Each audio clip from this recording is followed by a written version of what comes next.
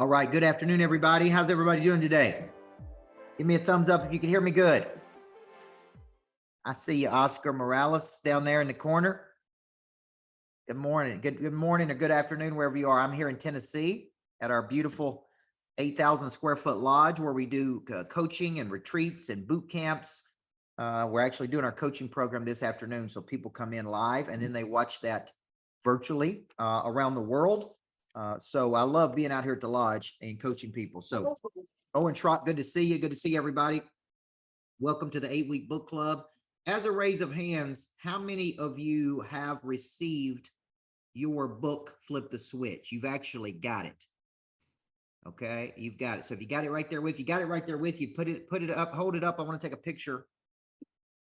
And I want to take a picture of all these people's books. There we go. Look at all them pretty faces. Smile like you're having the time of your life, because you are, right? We're going to make history today. I've never, of all the books, thank you, of all the books I've ever purchased, how many of you have ever purchased a book and the author actually spent 8 weeks with you, breaking the book down? Anybody ever had that happen? Christy Tomberlin? Never. If anybody, right? I have bought thousands of books and I have never had an author say, man, I want to spend 8 weeks with you, actually breaking down why you wrote the book, how to write the book. And so I thought, man, this would be a cool way. This will be a cool thing to do, spend time with the people who have actually purchased my book. And so I want to say thank you. We will know over the next 2 days whether the book has become a Wall Street Journal bestseller or not. I know we've moved thousands and thousands of units. And if we don't get there, it will not be because of lack of effort, folks. Trust me. And we have learned a great deal from writing this book. This is my 17th book. I truly believe it is a life-changing book. How many of you at some point in your life, you read a book that was a life-changing book for you? Okay. For me, it's real simple. I get asked all the time in interviews and webinars, what is a book that changed my life? And it was when I was 18 years old, I read The 7 Habits of Highly Effective People by Dr. Stephen Covey. I did not understand it. That's a tough book to read when you're 18. And so I read that book, and I'm telling you guys, it totally changed the trajectory of my life. And it got me totally interested. A lot of what I learned between 18 and 35 is you're going to see that bleed out in my book, my whole person theory, what I believe about developing people, why I believe activating the prey drive is vital to anything. And so this is the best. This is really the best of my work over the last 15 to 16, 20 years. So let's get started. What I've done in my book is I've basically taken the book. I have been reading it myself and taking notes. And sometimes I'll read something and I'll go, man, that was good. that was good right there. But I wrote this book over a 2-year cycle. Okay, so it wasn't like I just wrote it last week. I literally started writing it in 2020, if not before. And I would go away to the woods, to the mountains, to the ocean, and I would write and I would take books. And it was a very long and excruciating process. And so as I've been rereading the book, I'm like, okay, this is very important. Okay, so today we're going to start basically at the very beginning where it says a message from Coach Burt.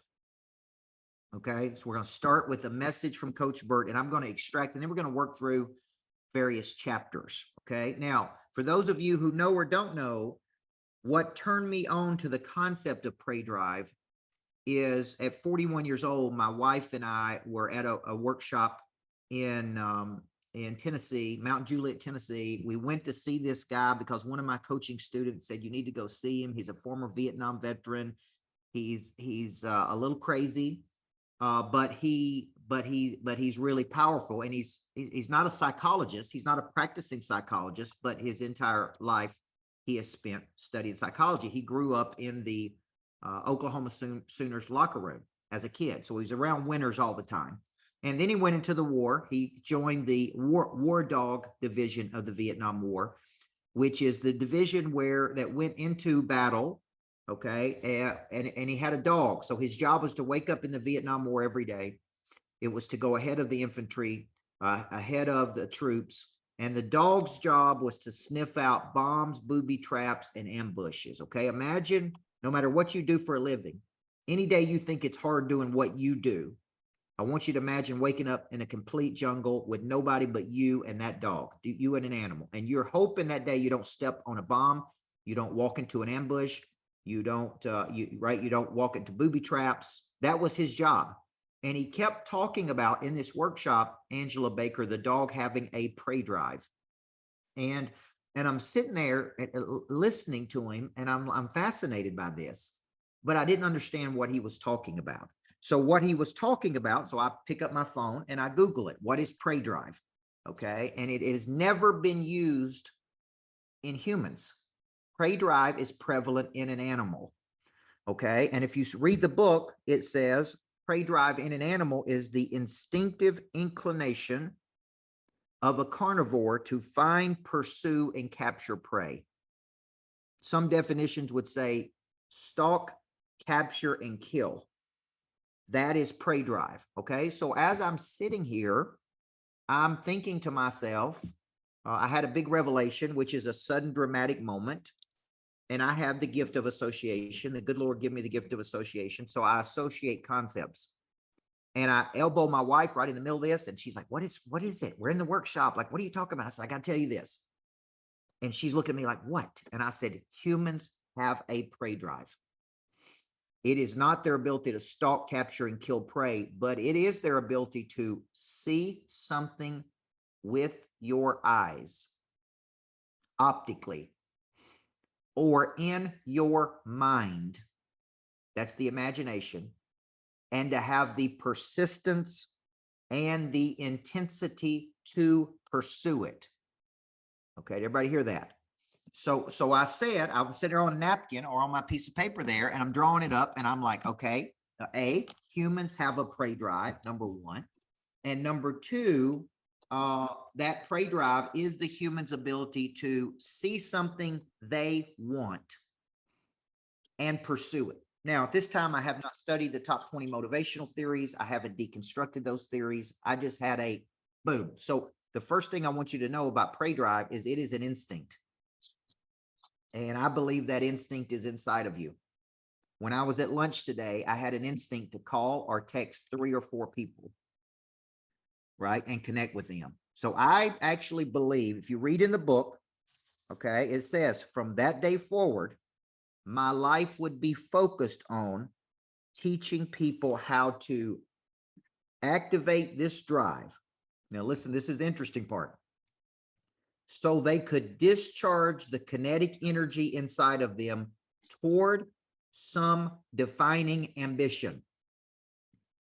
Now, if you've read the book and you've been coached by me, you know that that defining ambition is what we call a B. I am coaching people right now that make millions of dollars a year and are not clear on their B. B is your defining ambition. It is what you are trying to move toward. It is some goal. If you read Think and Grow Rich and some of these other books, they talk about a definitive state of purpose, a definitive purpose, a defining ambition, a driving ambition. The reason this is important is because where there's no B, it's going to be really hard to get motivated. Where there's no B, it's going to be hard because the brain does not understand how to thrive. It doesn't understand how to attack. It doesn't understand how to pursue something if you don't tell it to. Okay, so I begin defining prey drive as an instinctual ability to see something either with the eyes or in the mind and have the persistence and in the intensity to pursue it. Now, if you notice in the book, this is in italics, it says through to its logical conclusion. Okay, so Lucy Q, you see what I'm saying there? RJ Santiago, what I'm saying there, and this is what's missing because I coach thousands of people a month. A lot of people pursue goals, but they don't pursue them to their logical conclusion, which means they don't see it all the way through. So when I ask people, what are you trying to do? And they say, well, I got a goal. I want to have retreat sites around the country, and I want to coach these people, and I want to write this book, and I want to make it a bestseller. Okay, that's a B. Now, the percentage of people who actually see it through to its logical conclusion is a very small number of people. Does everybody see that? Okay, and what's really happening is your prey drive is getting activated. Okay. This is why I'm such a big proponent for you being in a coaching program, because when I coach people weekly, it reactivates their prey drive. The prey drive can go dormant. Okay. When I got back from Miami, Florida, after last week speaking to 8,000 people, being on the road for 8 days, I was tired. I've been pushing this book for feels like 72 years. I was just exhausted and tired and frustrated. And so I just wasn't feeling like, and this is crazy because it's the launch week of the book. And I'm like, man, I'm tired. I'm just tired. How do I reactivate my prey drive? So it's not like motivated people don't lose some of their prey drive. They just got to figure out how to get it back. Okay. So for you, what we're trying to do with this book is stimulate or trigger your drive to want to do more, become more, create more. So if I step back and I ask you this question, what is your B? And is it big enough? And is it clear? That is your defining ambition. Now, I'm going to give you an example here. One of my B's is to build the greatness factory of Nashville. Okay, this is a really cool state-of-the-art facility with podcast studios and training rooms and a 116-person auditorium. It's like a little city where people go to work, but everybody in there gets access to my coaching. It's a major project. So this is $5, $6, $7 million project.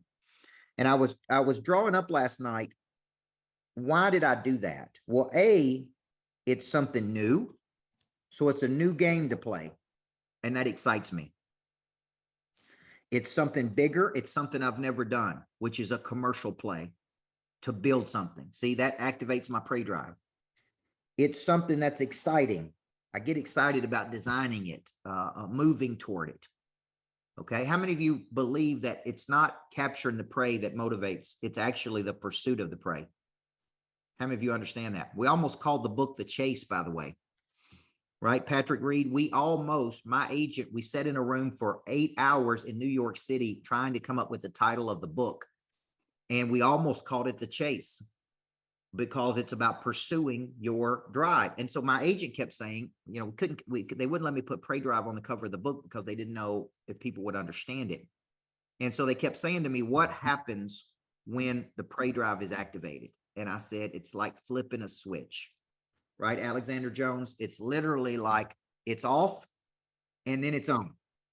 And trust me, some of y'all that have been in my coaching program, I've seen it go on. And when you came to me, it was flickering a little bit. It was a little dim. And then it's like, boom, it's on now. And when it's on, baby. It's like a whole new person. You got a whole new enthusiasm. You got a whole new confidence. So that's when we call the book Flip the Switch. Now, I also write that it's a passion of mine, the Greatness Factory.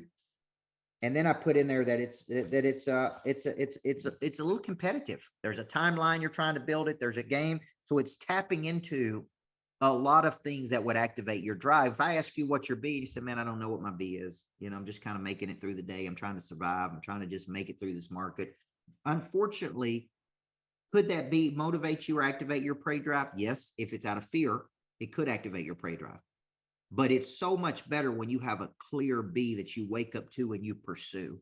Now, my mother worked in nursing homes most of her life. She's a nurse and she became an administrator in nursing homes. So she really kind of tended to a nursing home that had, X number of residents in it. And I always ask her at the end of a person's life, why did people pass away? And outside of natural causes, here's what she said. 3 reasons. Number 1, they run out of money. And when they run out of money, they run out of good care.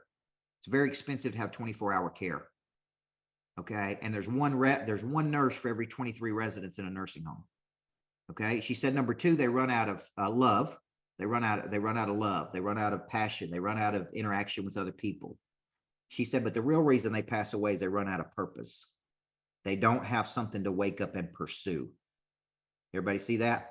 So to remember, this taps into your deepest desire to wake up and go after something and pursue something and have a target.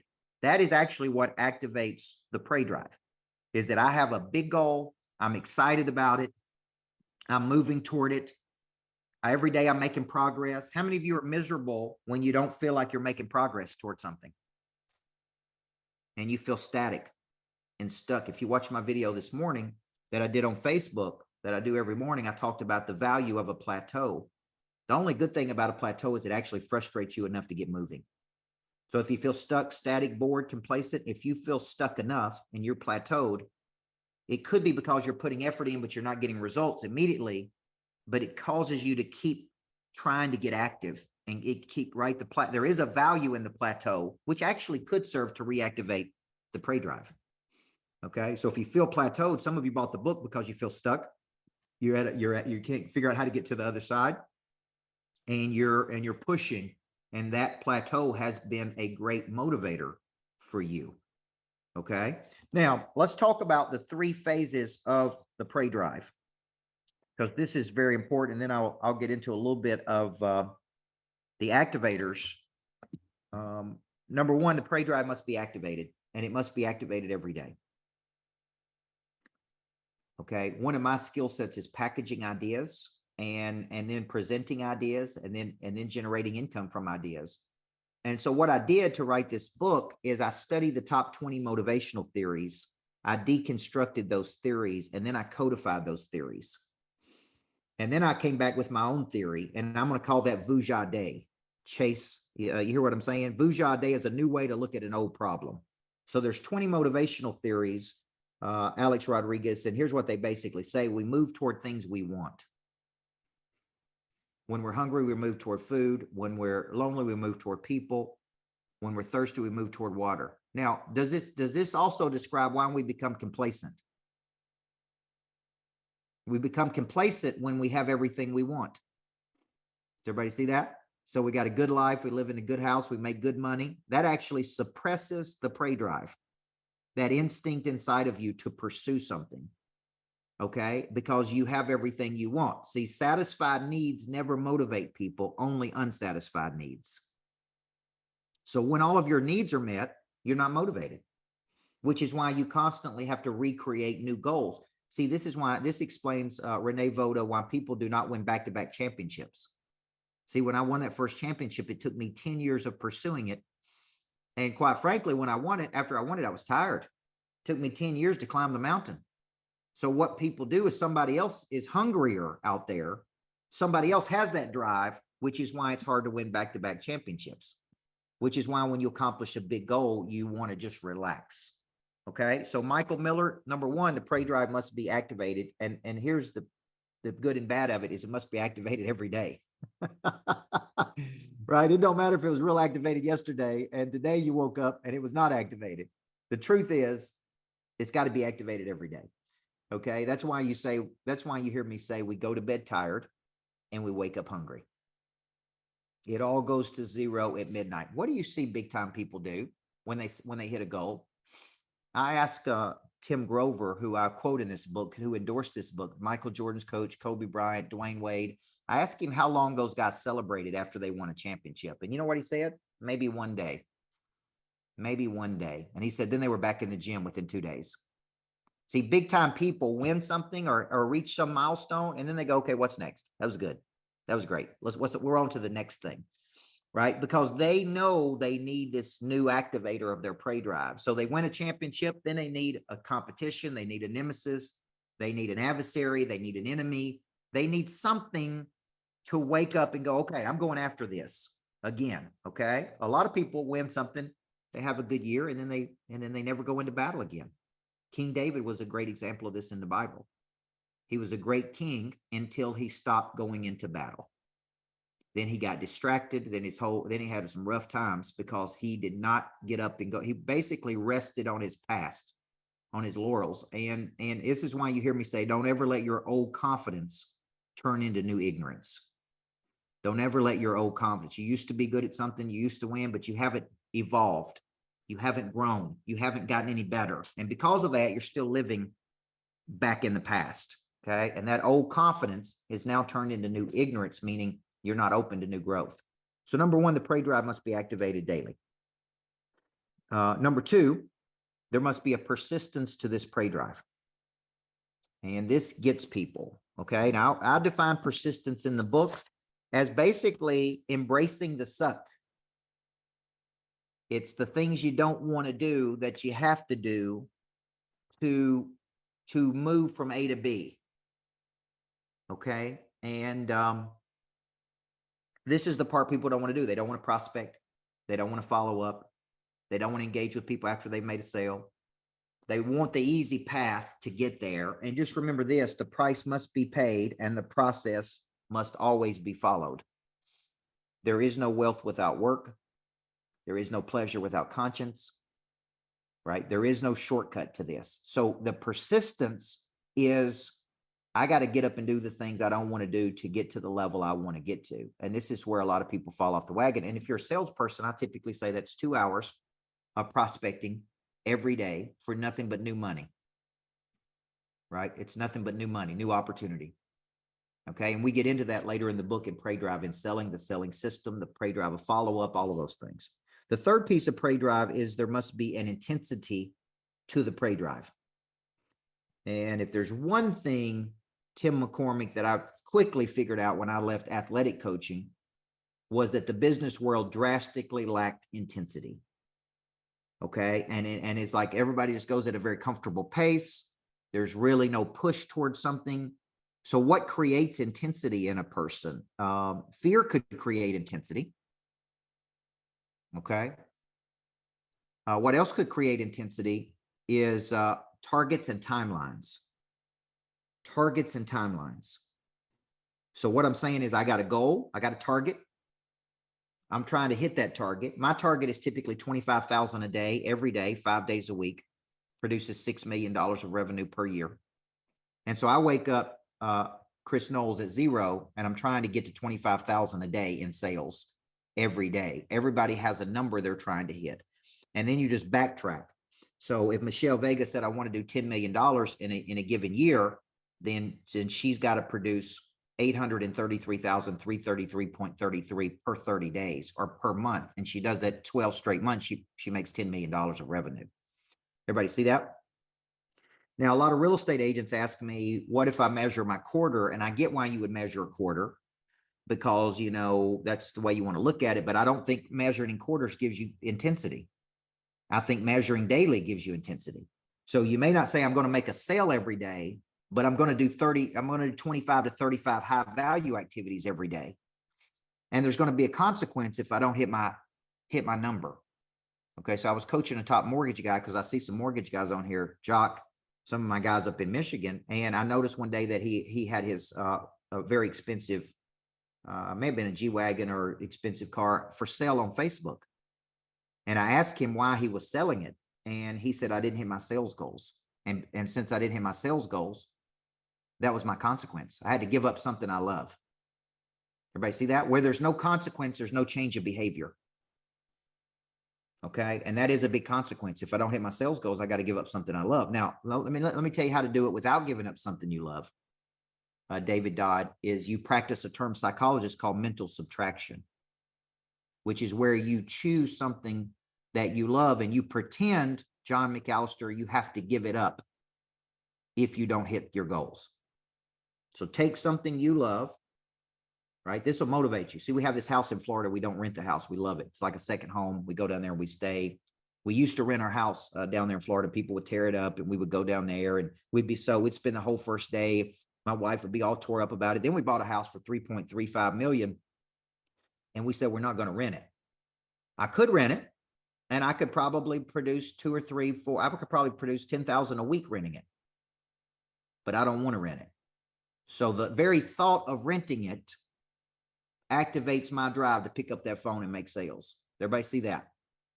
See, that's mental subtraction. I think about something I don't want to give up.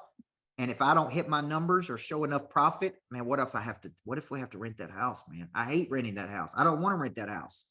But what if I did because my Prey Drive wasn't activated? That's mental subtraction. So I don't want you to have to lose everything to see. Some people got to go broke, lose everything, then they have a breakdown, then they get motivated.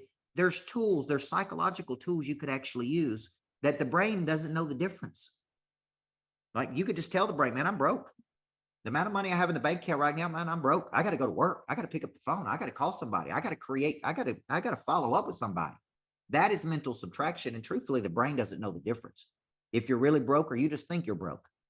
Everybody see that?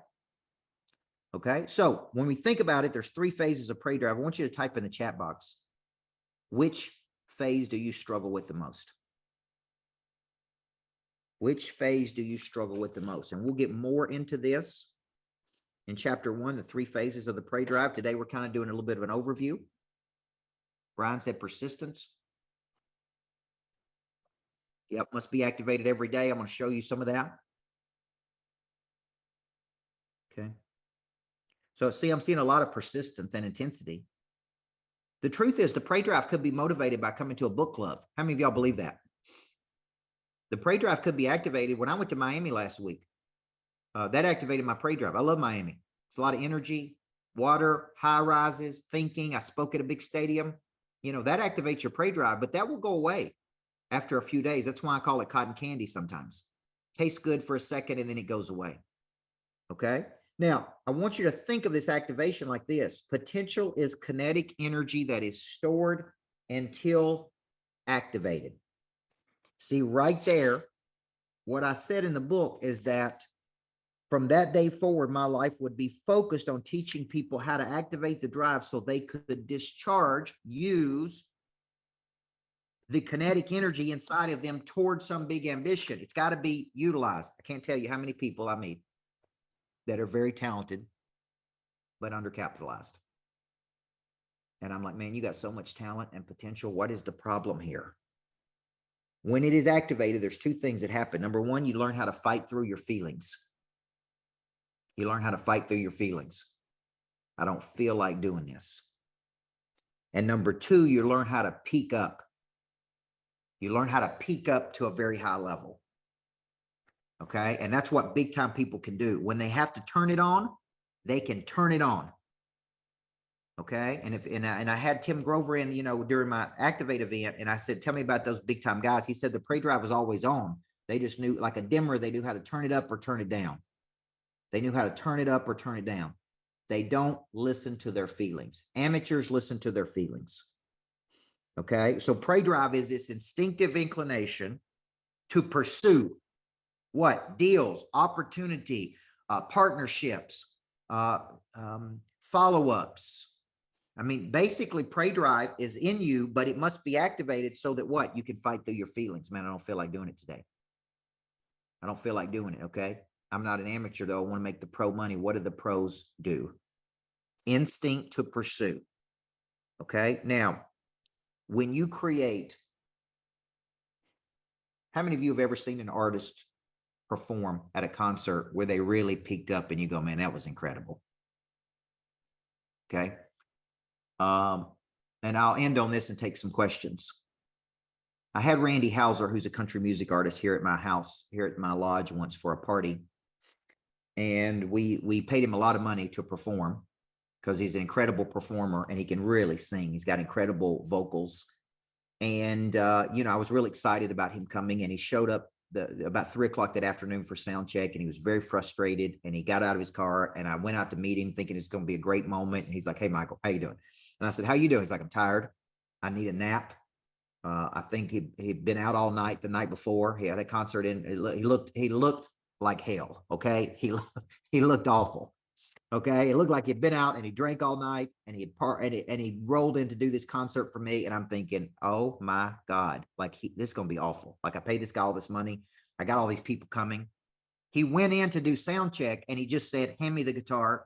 They handed him the guitar, and he literally maybe played for a minute, and he handed the guitar back to them, and he said, look, I'm going to take a nap. I need a break. And he's, you know, no personality, no nothing. And I'm thinking, okay.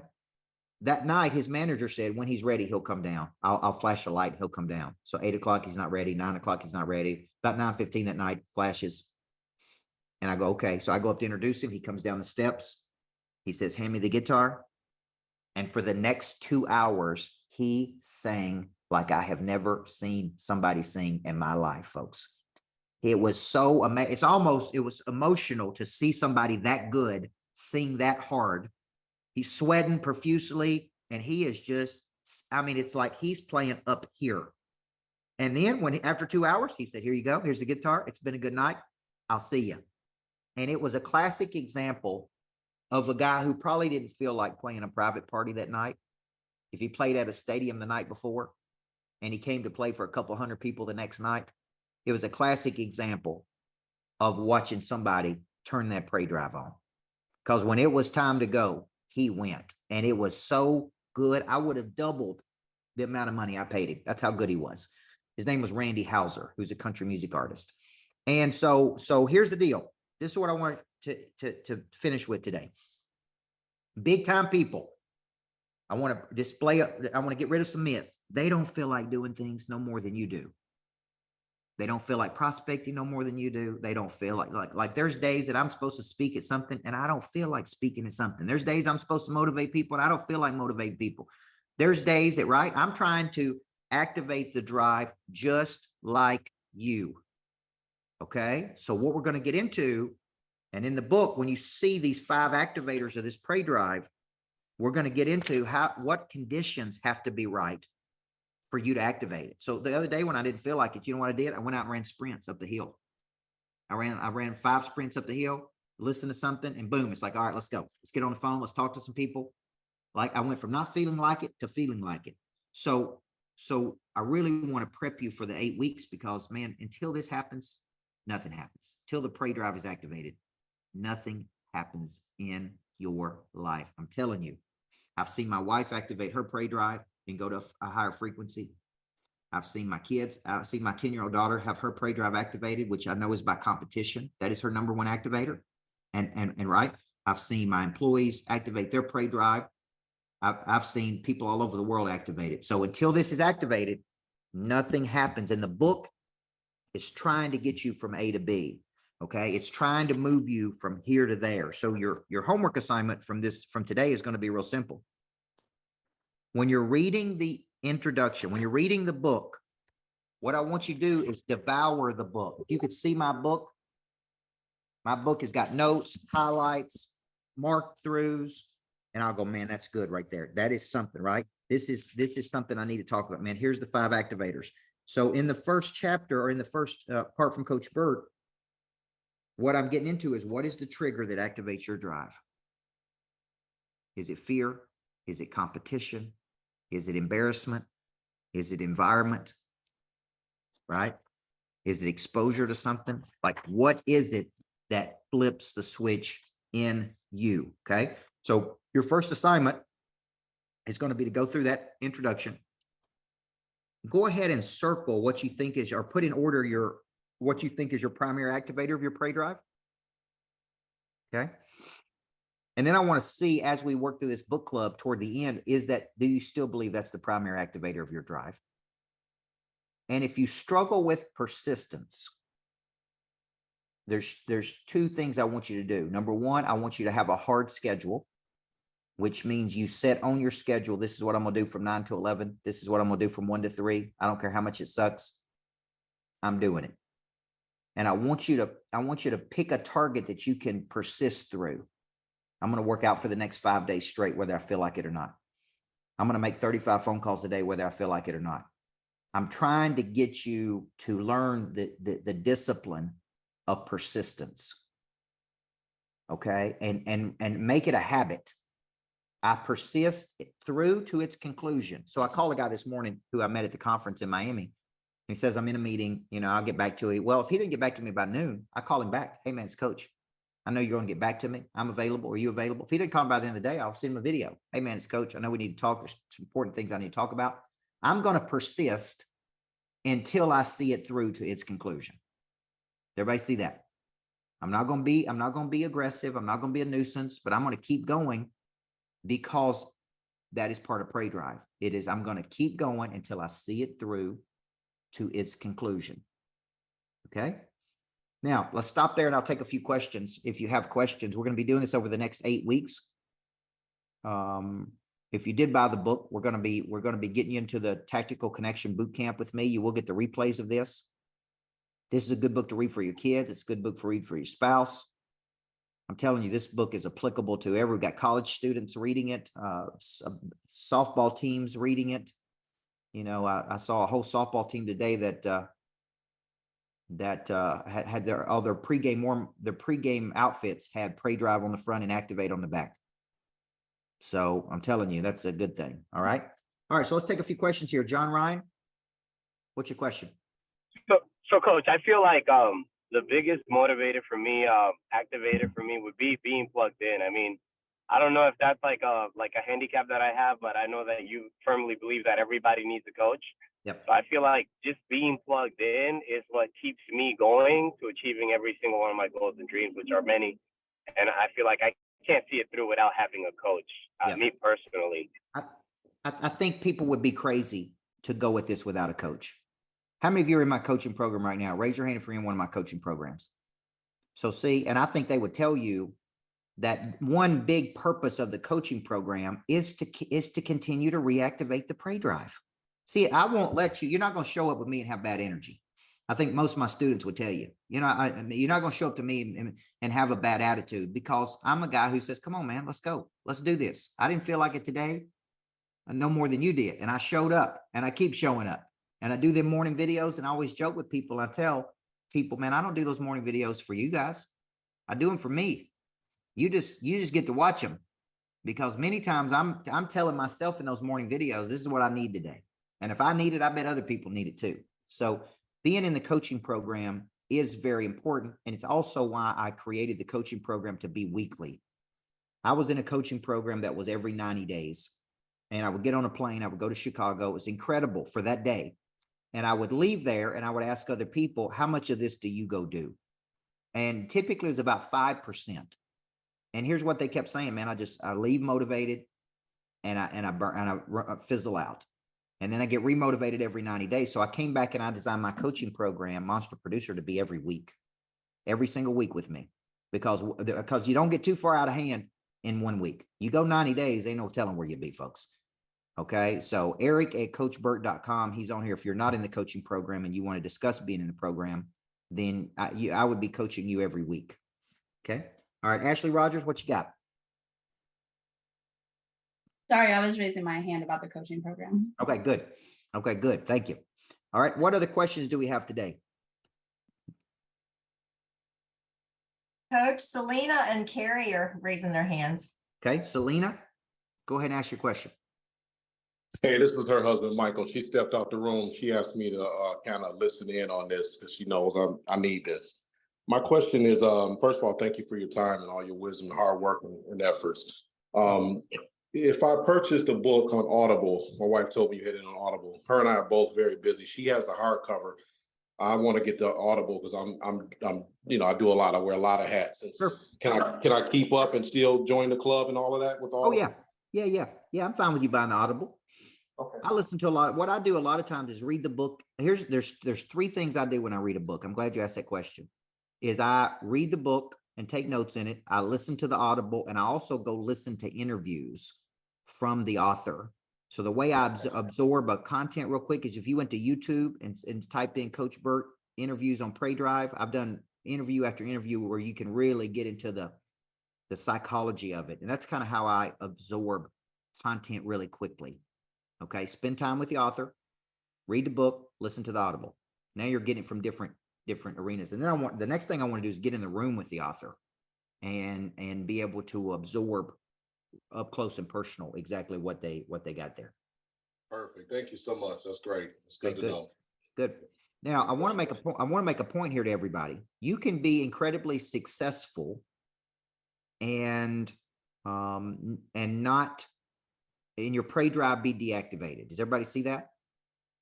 The Prey Drive is not like, well, I lost it and I don't have it and those type things. Here's the deal. This is a universal to everybody. I've coached people making $500,000 or $600,000 a month who lost their Prey Drive.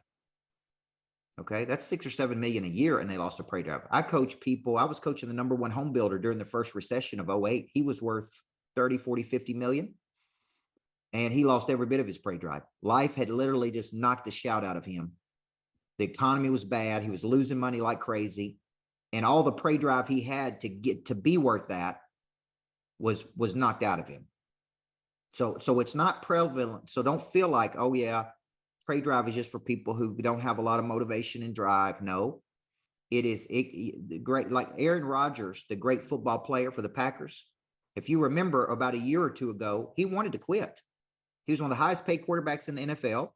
And I know from somebody very close to him that he literally went to them and said, look, I'm so sick of this. I'm so sick of playing football. It don't matter how much money they pay me. I was just on the phone with a major artist, a manager for artists, like musical artists. And he said, man, I've been on tour with them where they were making a fortune singing every night and they hated it. They got to where they hated the fans. They hated the tour buses. They hated the life. They just wanted to be home with their kids. So it's not like this is only prevalent to people who are out there floundering around in life and you need to activate your prey drive. It's like, man, we've all had it and we've all lost it. Some people have never activated it, just to be honest with you. My wife at 30 years old had never activated her prey drive.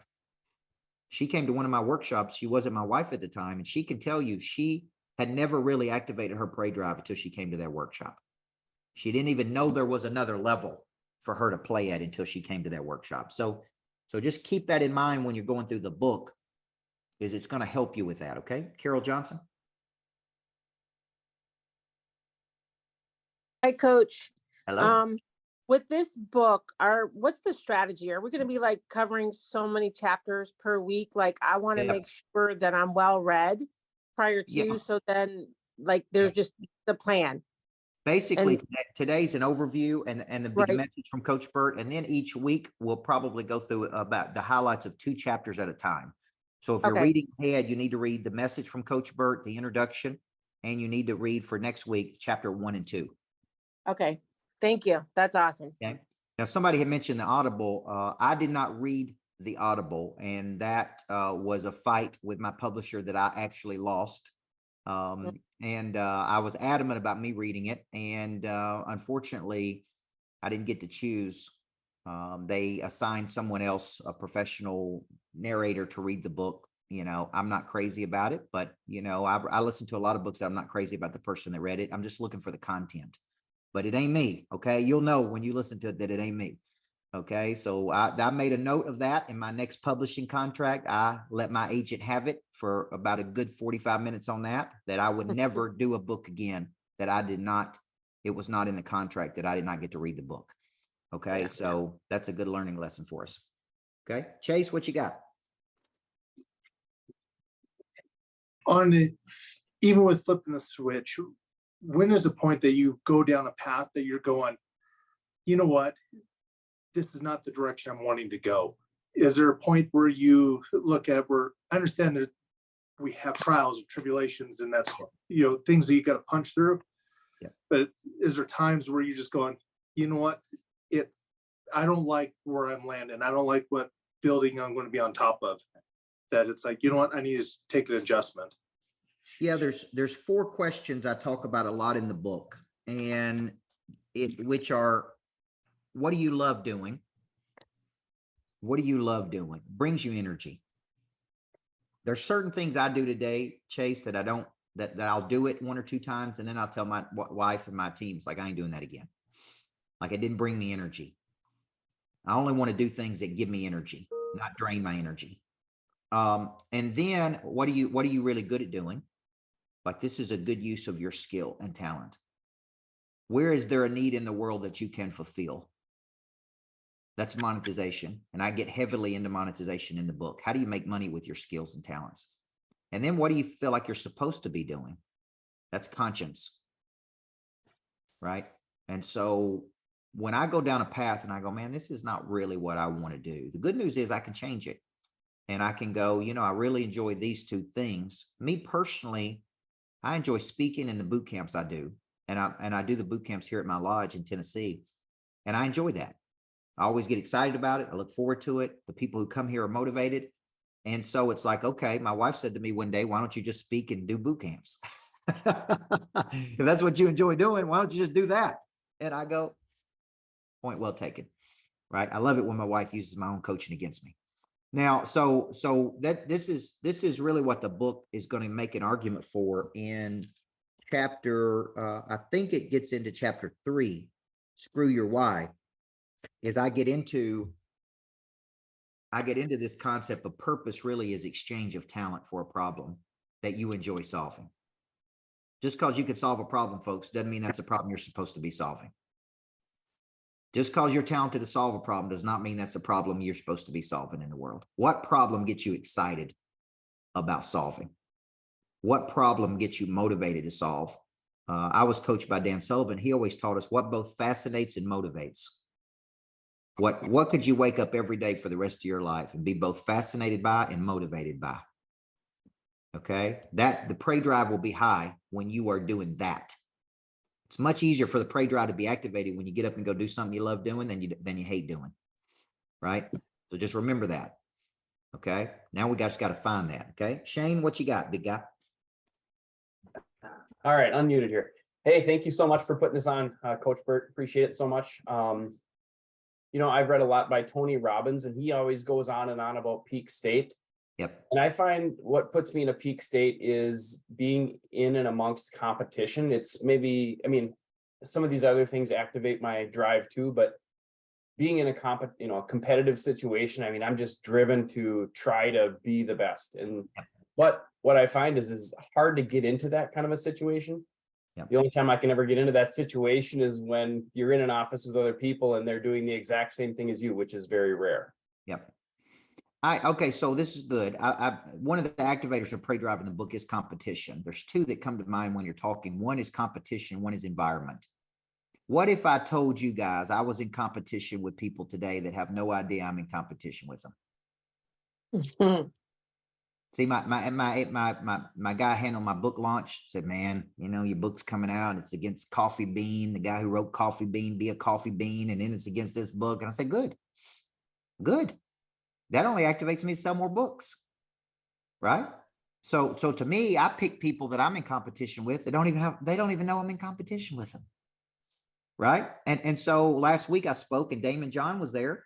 He spoke and I went up and asked people afterward, did you like me or Damon John better?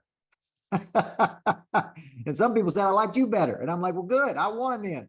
So here's the deal. What I do is if I don't have a competition, I create a competition. Right. And Michael Miller mentioned 45th floor. You know, I got this condo in Nashville on the 40th floor, and on the 45th floor are penthouses, and the penthouses are, $10 million. And, so I call mine the poor man's penthouse. You know, it's just a couple $1 million penthouse. But these $10 million penthouses are up there. And I got on the elevator once and I hit 40. And I stepped back and the dude beside me stepped across me and hit 45. And I was like,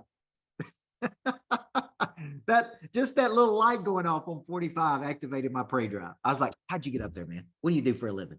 How'd you get on 45? How much is your condo? And so it's like, it's just fun. Competition. A lot of people think about competition as something it can bring out the worst in people. But the truth is competition can really bring out the best in people too. So that's what I would tell you about that. Yeah, I appreciate that. It seems like being around people that are also operating at a high level might help us too. Exposure and environment to big time people is going to activate the prey drive, man. I mean, when I was speaking at 10X and it was me and Milet and Grover and Story and Frisella and all these great people, it's like, all right, man, let's go. Let's get up there and compete, man. This is environment. This is it, man, right? And I was having dinner one night and they invited all the speakers there. And it was me and Ed Milet and Tim Story and Tim Grover and Grant Cardone. And I'm just sitting there thinking, man, how did I get in this dinner?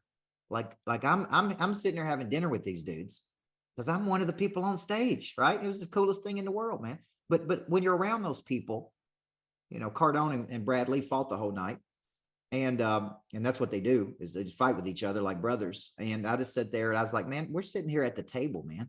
We're at the freaking table. And I was a high school basketball coach 15 years ago. And now I'm sitting at a table with the biggest people in the world. And I'm one of them. And it was such an activator of prey drive because you don't want to not show up when you're in those spaces, guys. Okay. There's my man, Derek Fossey. What's up, Derek Fossey? What you got today? Got the book, baby. Let me see if I can see myself here. Just a quick question. Now that you wrote the book, first of all, is this your first hardcover book you wrote?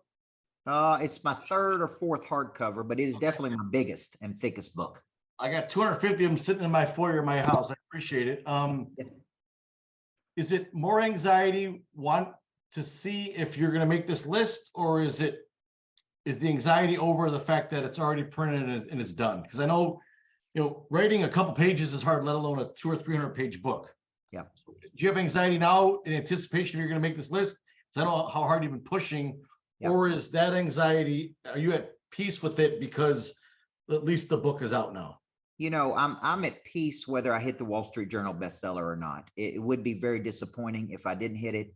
We did have some glitches right at toward the launch of the book, which is some freak crazy things that happen. And you guys don't know about a lot of those, but somehow in the back, at the publisher, the person in the shipping department changed the launch date from the 31st to the 27th without telling anybody. And what that does is books do not come out on Fridays, by the way, they come out on Tuesdays. And somehow the person who is in charge at the publishing company of making sure the date matches up with when the book actually comes out, I don't know if they went to sleep. I don't know if they made a mistake. Now you say, why does that matter? Because that means that the book actually came out on the 27th and BookScan measures a week. So the Friday to the next Friday would have been the first week. So if that's the case, we're actually in the second week of the book launch, which could negate a lot of the book sales that we had for the first week of the book. Okay. Now that was a huge blow to our team because it was either a freak accident or somebody didn't do their job.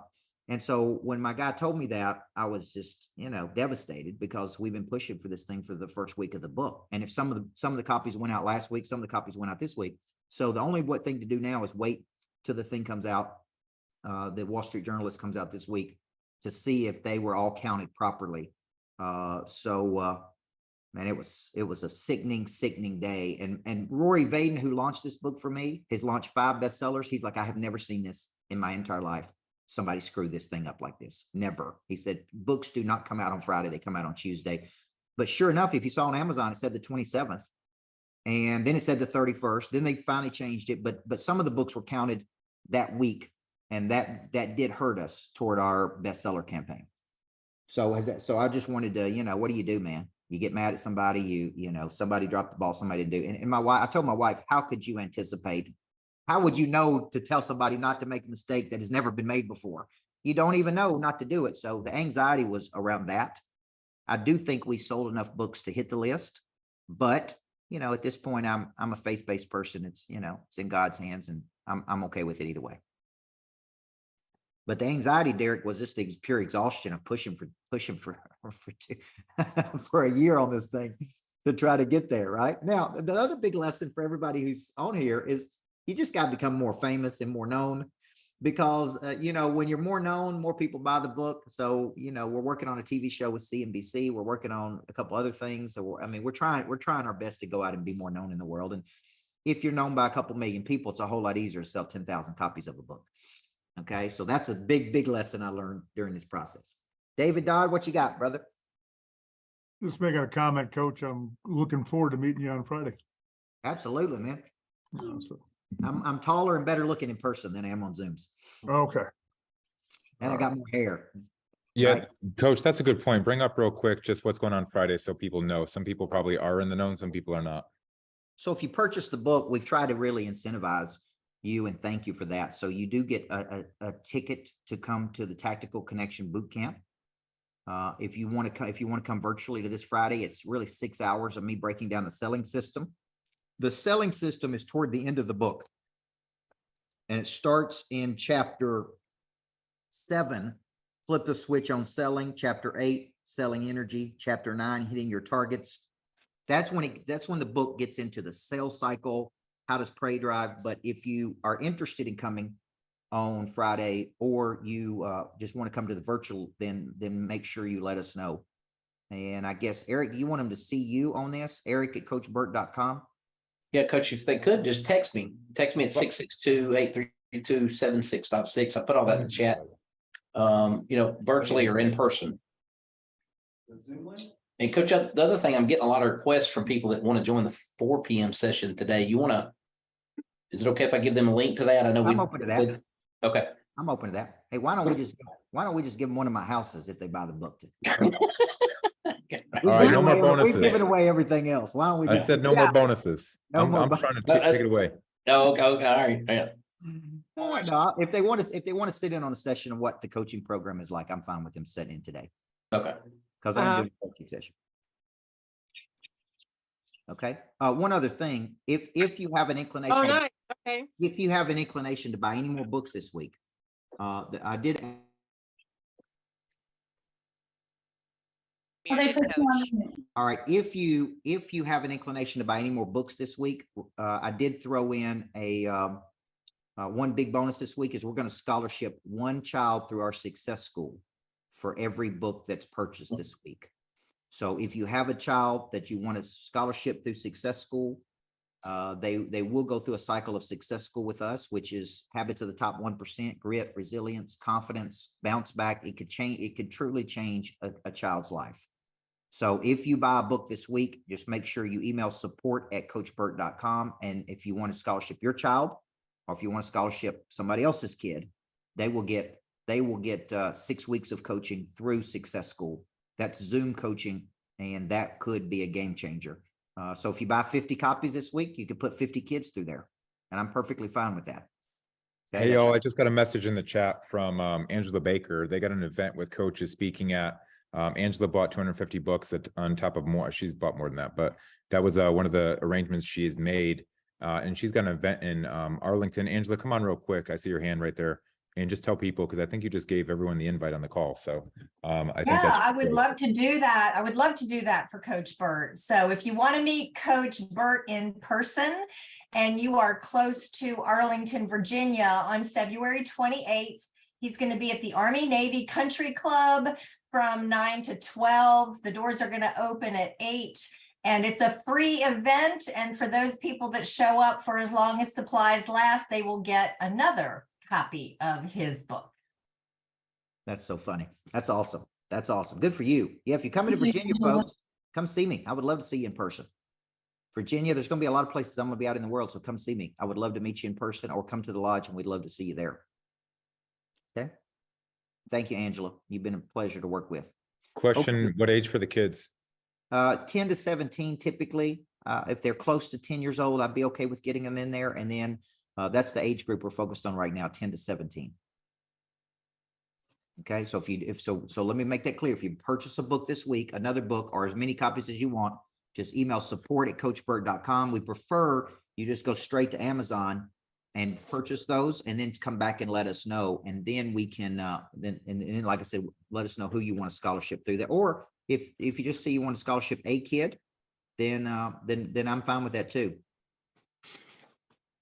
There we go. Yep. Get another book so you can write in that one. Yeah, you could purchase the same book, Mary Beth, or just go to Amazon and purchase it. Okay. Okay. All right. This has been a great first session, guys. I hope you're enjoying this book. I'm enjoying it. Thank you for buying it. I appreciate you. It means the world to me. I want to get this book in as many people's hands as we can. If you have a team, when we come back next week, we'll go through the introduction and we'll get into chapter 1 and 2. Okay. So get ready for that. And make sure you get your homework assignments in, and we are excited about coaching you over the next 8 weeks. Fair enough? Coach, I have a question real quick. Okay, where's Does it that have to question? be, Go ahead. does it have to be hard copy, or can it be For it to count on the Wall Street Journal, it does have to be hard copy. okay. Okay. All right. That's fine. Thank you. Yep. Okay. All right. Great seeing you guys. Have a great day. God bless you. Thank you so much.